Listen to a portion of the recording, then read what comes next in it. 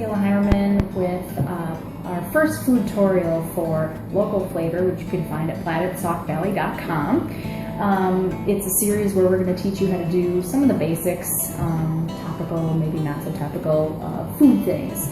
And the first thing we're going to talk about today is stock or broth. The words are really interchangeable, but the reason for that is we're all sick or have been sick or will be sick in the next month or two, and what's better to kick a cold or even the flu than a good bowl of chicken noodle soup.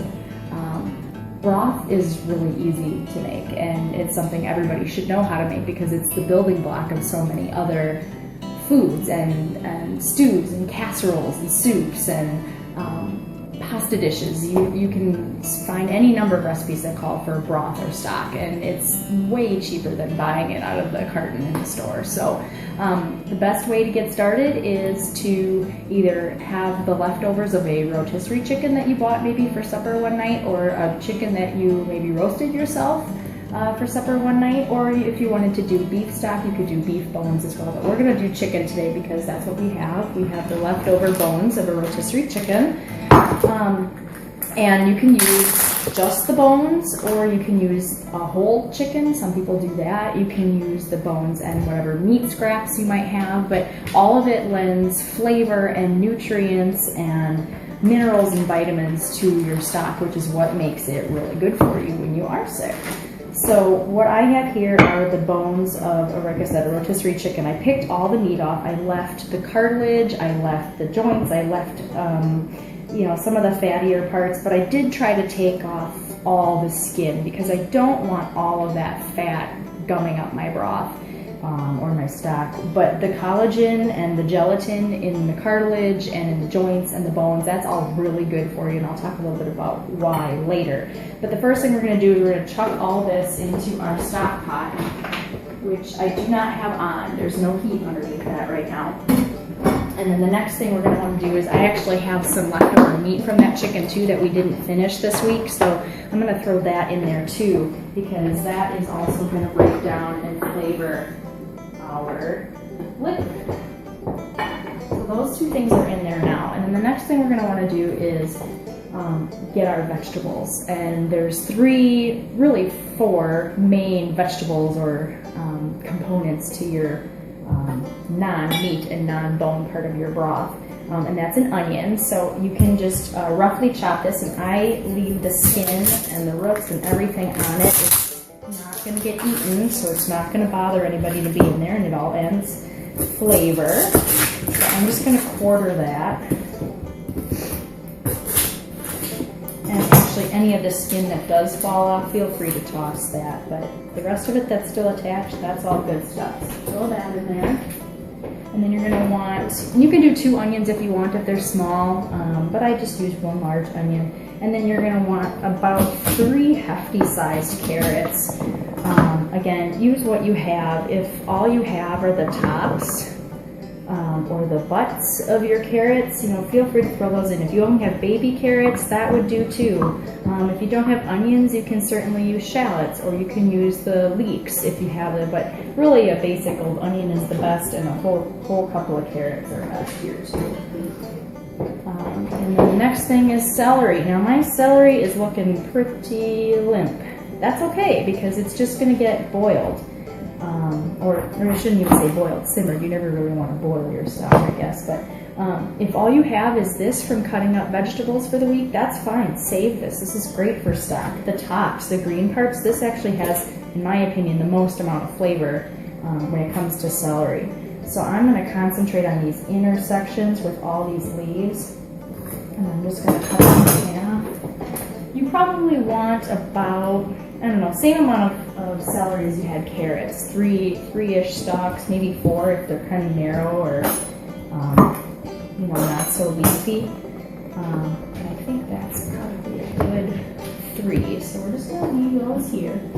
And then, so those are, like I said, the 3 vegetables. And then we have garlic. Garlic is huge. It has lots of antioxidants in it, as everybody knows. People have taken garlic supplements and things like that. Well, garlic doesn't just make things taste good, but that's the main reason I like it.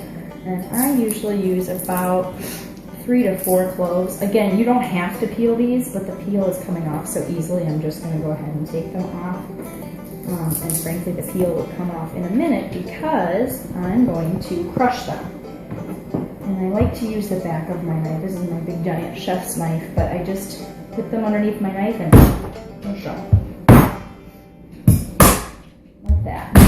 Take out all your aggression.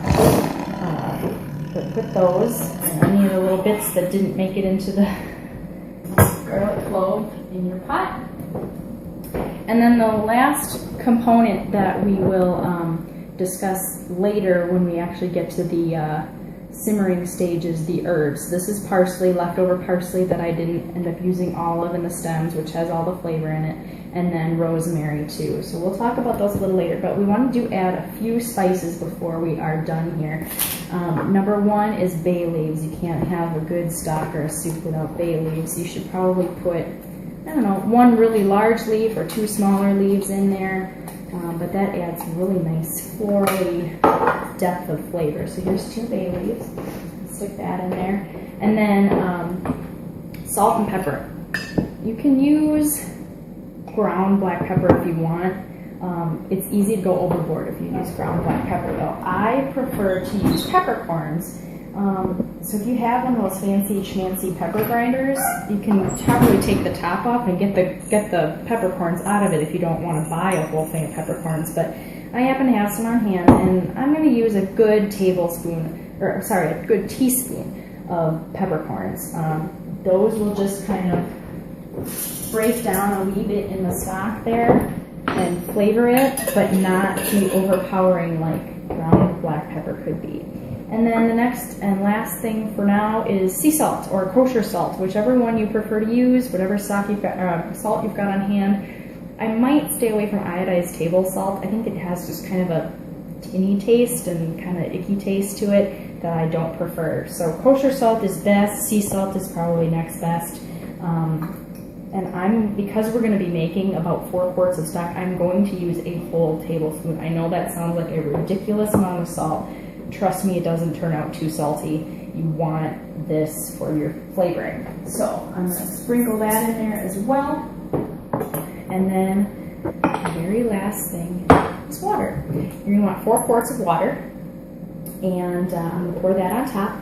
And then the sort of the fun trick I learned in doing some research about chicken stock or chicken broth is to add vinegar to your water and let it sit for a half hour to an hour. And what the vinegar does is it helps the bones and the cartilage and all those tendons and all those things in your chicken break down. If you remember those experiments we all probably did in elementary school where you submerged an egg in its shell in vinegar water and the shell turned rubbery and weird and it looked like a creepy alien egg from another planet.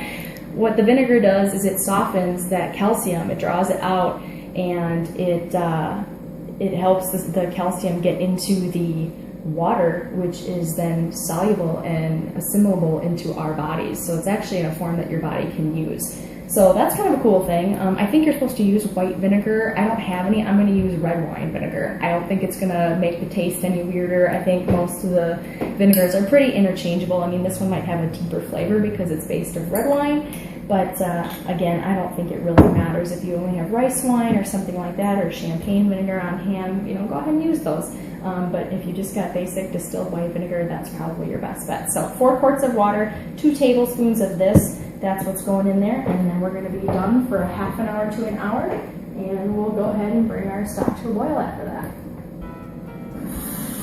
All right, everybody, we're back, and our stock has been sitting in the vinegar water, or our pre-stock, I guess. It's not really stock yet, but it's been sitting in the vinegar water for just about an hour, probably about 50 minutes or so right now. So the next thing we want to do is bring it to a boil. I know I said you never want to let your stock boil, but you actually have to bring the mixture to a boil, and then you're going to reduce it down to a simmer. So I'm actually going to turn this to like medium-high heat. I did give it a stir after I added everything to the pot before, but I'm going to go ahead and give it another stir just to kind of make sure everything's not settling to the bottom and all that good stuff. And as you can see in here, you've got all the lovely vegetables and chicken and bones, and the water is actually already looking a little cloudy, which I'm going to take as a good thing because that probably means our vinegar is working its magic, or has worked its magic, and will continue to work its magic when this comes to heat. One thing I didn't mention before is that you always want to start stock with cold water. And you always want to start cold water because the slow heating actually is what helps draw out the flavor, draw out the minerals, draw out the vitamins, all the good stuff about stock. If you were to start it with hot water, it wouldn't be the same. It's that low and slow cooking process that's key. So we're going to bring this to a boil, and then as soon as it comes to a boil, we're going to reduce it to a simmer.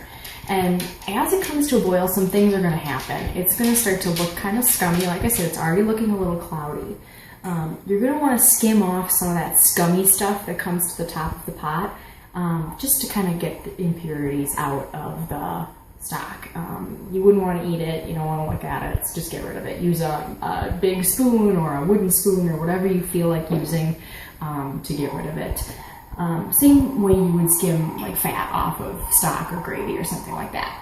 And then after it, like I said, after it comes to a boil, we're going to reduce the heat down to the lowest setting that you can possibly go, and it's going to sit there for a really, really long time. Lots of recipes recommend 6 to 8 hours. A lot of the chefs in the professional world will do stocks that simmer all day long, 12 hours, 24 hours, 48 hours. It sounds ridiculous, but the longer that it simmers, the more flavor comes out of it, more the good stuff comes out of the bones. And one thing you'll notice about your stock that's going to be different than store-bought stock is it's going to be thicker when it cools. And that's because of the gelatin in the bones and in the joints and everything that came from your chicken bones. The gelatin is gonna cool, and it's just gonna thicken, and so it's gonna look like a weird brown chicken jelly, which isn't gonna sound real appetizing. It's not gonna look real appetizing, but trust me, when you heat it up, it's gonna melt, and it's gonna be the same, and if not even better than store-bought stock. Then once your broth is nearly done, maybe with 10-15 minutes to go, you're gonna want to add your herbs, your parsley, your rosemary, your thyme if you have it. If you were to put these in while it was boiling and simmering all day long, these would just break down into unrecognizable bits of green mush, and it wouldn't taste right, it wouldn't look right. You want to add the parsley and the rosemary toward the end to add just that pop of freshness that your stock needs at the end. And don't worry if you haven't been taking notes this entire time that we've been talking. When this is posted online, below the video, you'll see the recipe for the stock. All the instructions are there. And then what we're also going to have there is a handful of recipes that I have made in the past from my favorite websites and bloggers and food people that use chicken stock. Some great soup recipes, a lasagna soup, a chicken enchilada soup, a Tuscan white bean soup. Those are some of my favorites. We're actually making the Tuscan white bean soup for supper tonight with this stock, and a couple other ways you can use a chicken stock if you have it. And there'll be instructions on what to do after this has simmered for 6 to 8 hours. I don't want to give away all the details, but you're going to want to strain it and store it. If anybody has any questions, feel free to email me. My email address will be at the bottom of the page. And I hope you've learned something, and I hope you get to making some stock and some homemade soup, because now's the right time for it. And man, there's nothing better than homemade bowl of soup.